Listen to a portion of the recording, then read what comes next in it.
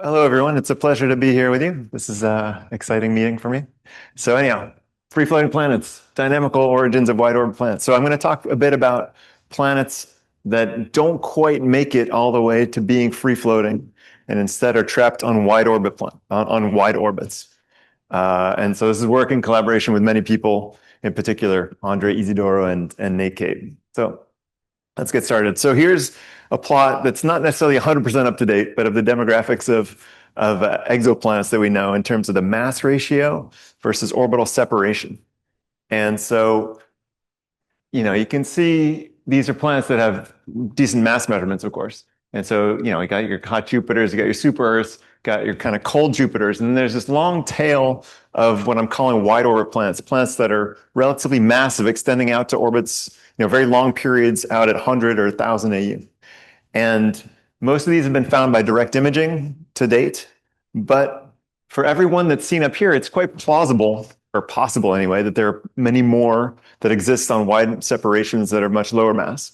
And so one kind of dot that stands out here is planet 9, right? And this is a planet that's hypothetical, right? It's a hypothesis, but it's a pretty provocative hypothesis that was put forth by Batygin and Brown a few years ago, right? The idea being that to explain the distribution of these extreme trans-Neptunian objects, and exactly which ones should be used is a whole other debate. But to explain the distribution, and this is also not perfectly up-to-date plot of the distribution of those objects, but to explain their orbital alignments and an additional planet with an orbital distance of a few hundred AU and a mass of maybe 5 or so Earth masses could do the job. And so this is the idea behind Planet 9. And if it's really there, it could explain things like the obliquity of the solar system. And it also has some additional evidence related to low inclination Neptune crossing TNOs. Okay. And so the trick is the orbits, basically the origin of these very wide orbit planets is puzzling, as is this picture, right? So why is it puzzling? In very simple terms, it's puzzling because these planets seem to be found beyond the limits of their protoplanetary disks, right? And so it's weird. How'd they get there? Right? So planet-forming disks, we now know from really high-resolution studies with ALMA especially, that the typical disk seems to be in size 30 to 100 AU in size. So not going out to hundreds of AU. Many disks are only 10 or 30 AU in size. The sun, there's some indirect evidence that our own planet-forming disk was something like 80 AU in size. And this comes, again, it's circumstantial. It comes from the deficit of high inclination TNOs. But it's a pretty strong argument. And finally, the occurrence of giant exoplanets seems to peak between 1 and 10 AU or so. Right? This is from many decades-long radial velocity surveys. And there's some debate about whether the decrease in the occurrence rate at large orbital radii is real or bias or whatnot. But regardless, several studies are going in that direction. It seems to be real. And so that would argue that most giant planets seem to exist between, say, 1 and 10 AU. And so those kind of lines of circumstantial evidence seem to hint that wide orbit planets, past, say, 100 AU in scale, don't generally form where we see them now. And so where'd they come from? Well, one candidate that we've been talking about in this session is dynamical instability. Right? So dynamical instability, anytime the orbits of two planets or two things around a star, the orbits start to cross, you can call that a dynamical instability. What's the outcome? It can either lead to scattering in the high Safronov number case, as Melina was talking about, or in the low Safronov number case, more to collisions. And we're talking here about scattering. So we're going to go with the top diagram there. And we know that dynamical instabilities are ubiquitous. They happen all over the place. There's indirect evidence for that from the eccentricity distribution of giant exoplanets.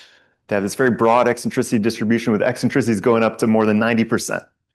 And so what we think happens is that there's a lot of these instabilities, as in this animation that we already saw already. So what's going to happen. Planets are going to go unstable. One of them is going to get chucked out. And then the survivor is going to have this very stretched out eccentric orbit. So that's what we measure. We see the survivor of this instability. And what I like to say in very dramatic fashion is that the stretched out orbits of those survivors are like the scars from their violent pasts. And then there's dramatic music and everyone's like, whoa. All right.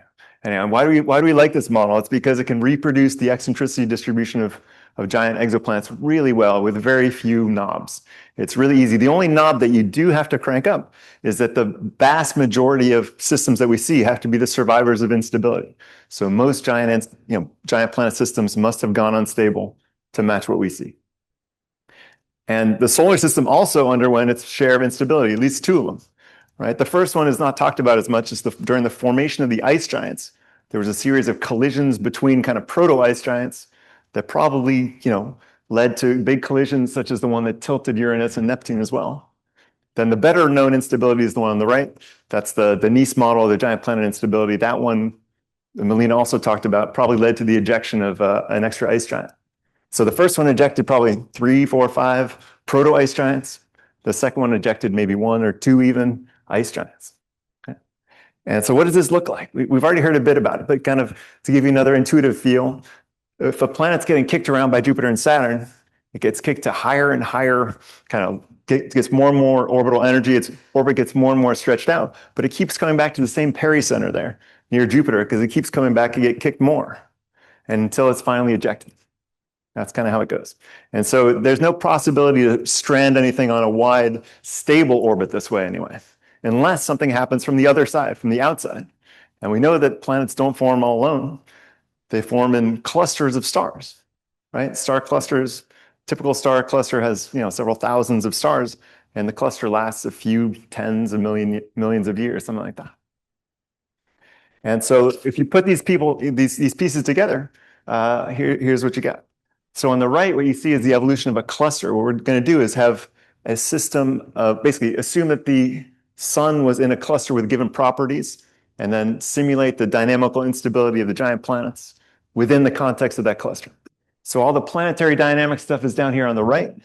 There's a zoom in on the sun on the upper right, and then the cluster itself is on the left. And in the cluster, just so you know, the sun is anchored at the origin. So it looks like all the other stars kind of swash around the sun. And so you can see things are kind of going around. The instabilities happen, right? This is the ice giant that's on its way to being ejected right now. The little small dots are just planetesimals. So this thing is getting kicked around. You can see how its orbit is nice and wide there.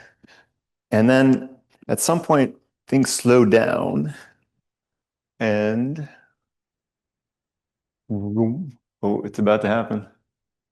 Get ready. Oh, it didn't happen that time. Well, yeah, so it's on this nice wide orbit. There you go. So a star just flew by, right? It torqued the sun.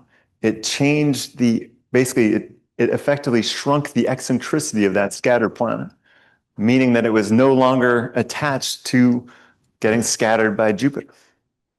And so all of a sudden, it's on this wide orbit that's relatively stable. And then at 3 million years, we artificially made the cluster start to disperse. And this planet that was trying to get ejected ends up on this very wide but stable orbit. And if you do this a whole bunch of times, there's a whole bunch of different outcomes. And I should probably skip this plot. Will take too long to explain. There's a lot of different cases. We ran a zillion simulations, and there's a lot of information in there. All right, well, we'll jump to the point. All right, so how does this work in practice? It's kind of what I was showing you before. Planet starts getting kicked, it gets kicked again, it gets kicked again, and it could keep getting kicked until it's ejected. But if something happens on the other side, it basically lifts the pericenter, right? If the conditions are right. This kick could also strip the planet and it could be ejected. But when it works, it acts such that it lifts the planet's pericenter, so it's no longer crossing the orbits of the planets that are trying to eject it, and all of a sudden it's stranded on a stable orbit. Okay? And the efficiency of trapping varies a lot depending on what the planetary system looks like. So we did cases that look like the solar system and cases that look more like exoplanet systems. So you can see for circumbinary planets or exoplanets that are ice giants or gas giants, the trapping efficiency is between very low to maybe a few percent. For solar system-like cases, it's much higher. It's 5 to 10% typically. And so, like I was saying, in the solar system, there were these two instabilities that ejected a total of maybe 5 or so ice giant or proto-ice giant mass planets. And so just by binomial statistics, you'd say, well, the odds of trapping one, if the trapping efficiency is about 10% at each time, then you got about a 40% of trapping them. So something like Planet 9 doesn't seem like such a crazy outcome, right? It's not 100% outcome, but it's 40%. And so why did this not work for Jupiter mass planets or circumbinary planets? It's pretty simple. Same kind of picture.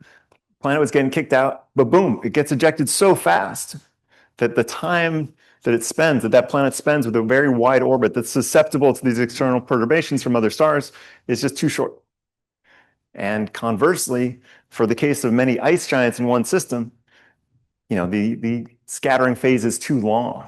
So it takes forever to get onto a very wide orbit where it could get, interact with a passing star. So now jumping ahead, the cluster starts dissipating. There's a cool capture mechanism that was studied a lot by Haggai Peretz here. And so during the cluster dissipation itself, there's the possibility of capturing, a star can capture either other stars or planets onto wide orbits. And so what this plot is showing is just the distribution of the orbits of those captured objects. And so the planets are either the red dashed line or the black one. And so that's kind of the typical distribution. So you can end up with planets that are on much wider orbits of thousands of AU by this process as well, during the dissipation of the cluster. And then finally, there's one other thing that can happen on an even longer time scale, which is basically after the cluster disperses, there's still some external forces that affect the planetary system. They come from the galactic tide and from the stellar flybys. So galactic tide is basically the vertical gradient in the galactic disk is such that if things are far enough apart, they feel a slightly different potential from the outside, and that can torque a planet's orbit. Flybys are also important, even though I'm not going to talk about them anymore. So the last little kind of experiment to show you is planets can end up in the Oort cloud by a certain process. And so starting with a nice planetary system that has some Jupiters and Saturns, say that it goes unstable, planets are getting kicked around, right? This is a cartoon version for now. Then one planet is, on its way to being ejected, gets kicked down to an orbit that's at 10,000 AU wide or something like that. That's wide enough to care about these galactic torques. And so then, boom, the galactic tidal field starts to make a difference. And what it can do is over a span of 100 million years or so, it can recircularize this planet's orbit, lift its pericenter, and kind of protect it.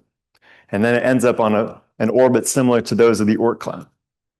And this can happen. So here's a simulation of that actually happening. Here's a case where there were 4 planets, and one Saturn mass planet, the gray one, gets kicked outward. So for each planet here, you're seeing basically the perihelion, the semimajor axis, and the aphelion. And so what you see here is this gray one gets kicked out to a semimajor axis that's like 20 or 30,000 AU. That's where its orbit is big enough that the galactic tide does something. And in this case, what it does is it acts to slowly circularize the orbit. And so you can see it's getting circularized because the perihelion is getting further and further out. And at this point there, the planet's orbit is close to circular. But it's a cyclical process, and so it keeps coming. It keeps going the other direction too. And so on a much longer time scale, that planet enters back into the inner solar system or interplanetary system. It doesn't get ejected this time, but you can see it gets a little kick in energy from interacting with the other planets. And then it's off to do this again. So that's how you can get planets in the Oort cloud. And for the case of our solar system, if our own giant planet instability happened very late after the cluster was long gone, then there's something like a 7% chance of trapping a planet in the Oort cloud. So kind of this stuff I've been talking about is a really simple thing, right? This key mechanism of planets getting scattered onto wide orbits and then having an external perturbation. It's kind of general in some sense. So, it basically just detaches the planets from scattering by the thing that's trying to eject them. But exactly where a planet will get trapped depends on the strength of this external perturbation, whether it's from other stars in a cluster or from this kind of much slower, weaker thing from the galactic tide. And so to kind of conclude, we found this probability of capturing something that looks like Planet 9 during early solar system instabilities. Putting numbers on the demographics of other kinds of systems, we predict that at least like 1 in 1,000 stars should have one of these wide orbit planets that's stable for long times. And you can get these Oort cloud planets. And the cool thing is that within short time frame, within a couple of years, I think, Vera-Rubin telescope will find either strong evidence for or against the existence of Planet 9. So there's no need for Vera-Rubin to find Planet 9 itself.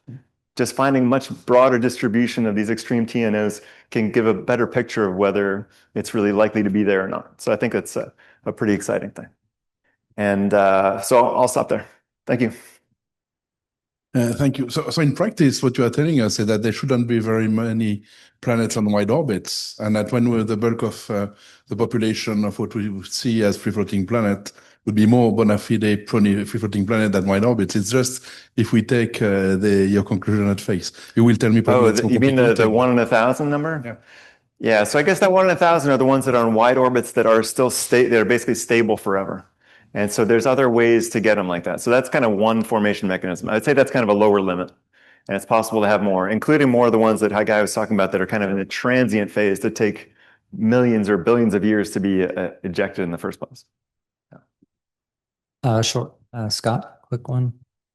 Scott Gowdy, Ohio State University. So if I'm understanding correctly, your planets that are captured in Oort cloud-like orbits and then occasionally come back in, that's exactly what happens with long period comets, right? Yeah, it's exactly just long period planets in some sense. Yeah, that come exactly. screaming into the inner solar system. Yeah, just want to make sure. Yeah, good point. Thank you.